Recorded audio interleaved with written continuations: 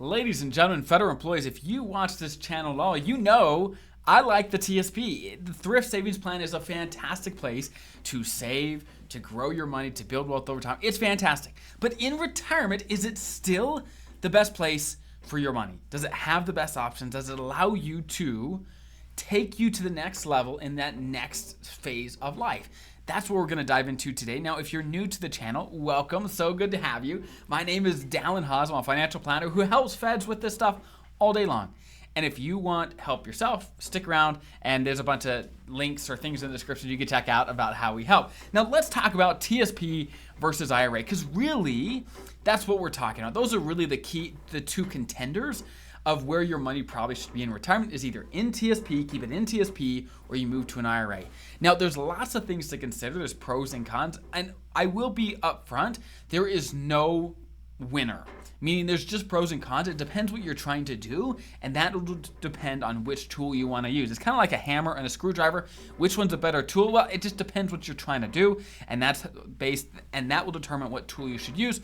So first and foremost, one thing you want to keep in mind is one major difference between the TSP and IRA. So, for example, TSP, you can often access before 59 and a half, while an IRA you cannot.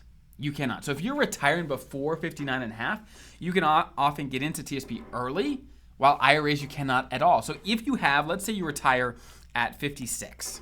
Oh, I wrote 59, but I meant 56, okay? Let's say you retire at 56. Most federal employees can access TSP immediately because of some exceptions to the retirement account rules. But if you were then to move your TSP immediately over to an IRA at 56, you wouldn't be able to touch that IRA until 59 and a half.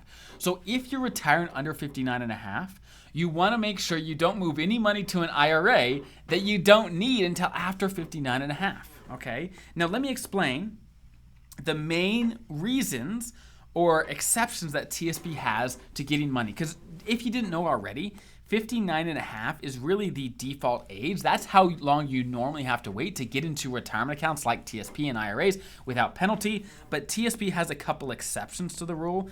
Number one, there's the rule of 55, that if you retire from the government in the year you turn 55 or later, you can access TSP without penalty, no problem, right away.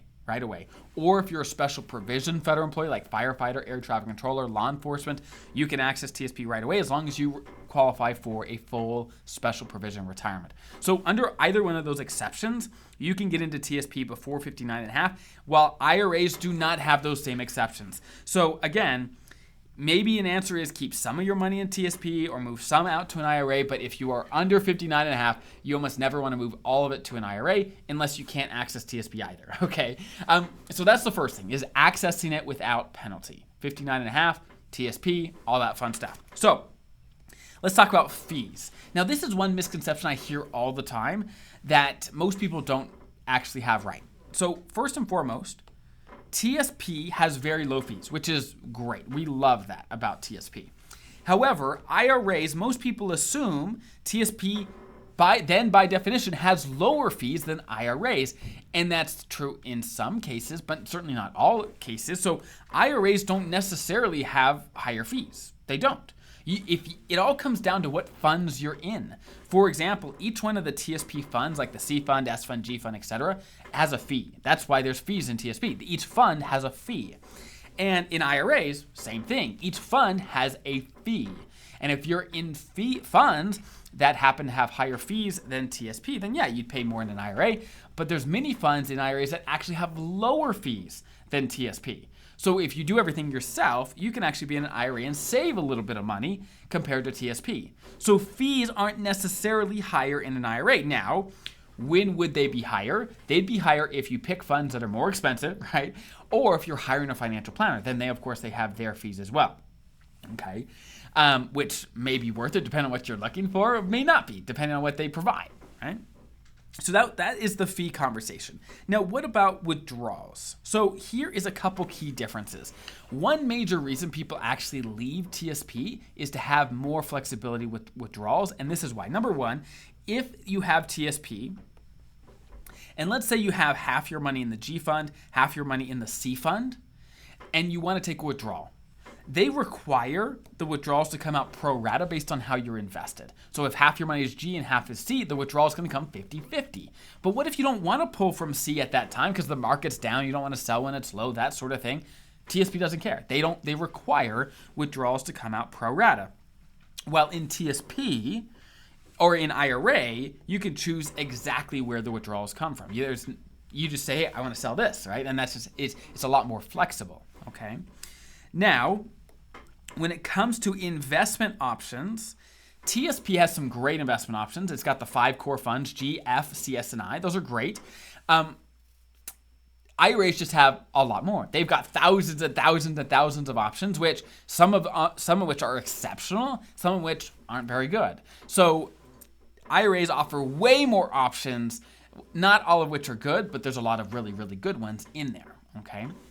Last but not least, taxes. So the main differences between how taxes is going to work between TSP and IRA is that TSP, for most types of withdrawals, requires a 20% withholding.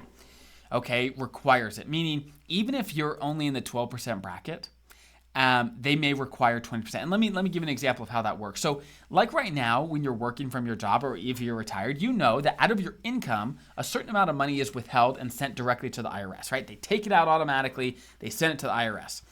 And you don't know if you paid enough or too much until when you file your tax return, right? And they said, oh, look, you paid too much, or you didn't pay enough, and either you get a refund or you owe, right? The same is true for TSP withdrawals. They're going to take a withholding out. They're going to take some and send it directly to the IRS. That doesn't mean that's exactly how much you're going to owe. You may get a refund later if it was too much, or you may owe later if it was too much, or it was not enough. So TSP normally requires 20%, even if you're in a much lower tax bracket. So if you're in a 12% bracket, they're going to be holding on to 8% of your money while you're waiting for that refund. So keep that in mind. In IRAs, you can pick whatever you'd like. Now, that's a blessing and a curse. Again, IRAs have tons of options. If you take advantage of them and use them correctly, it could be great. But if you don't or misuse them, then it could be worse, right? It just depends what your goals are. And when it comes to things like tax strategies, IRAs do have more options, okay? For example, starting in 2026, we know that TSP is going to be offering Roth conversions. Now, we don't know all the details on that yet. Maybe it'll be delayed. We don't know. We just don't know. It's not 2026 yet, so I can't speak to it. But we know that IRAs have a lot more options on how you can do that Roth conversion. And if you didn't know, Roth conversion is moving money from a traditional account over to Roth. I've got whole videos on that if you want to check that out. But long story short, TSP allows you to do it in a very limited way. You have to pay the taxes you owe from outside money, which most people can't afford.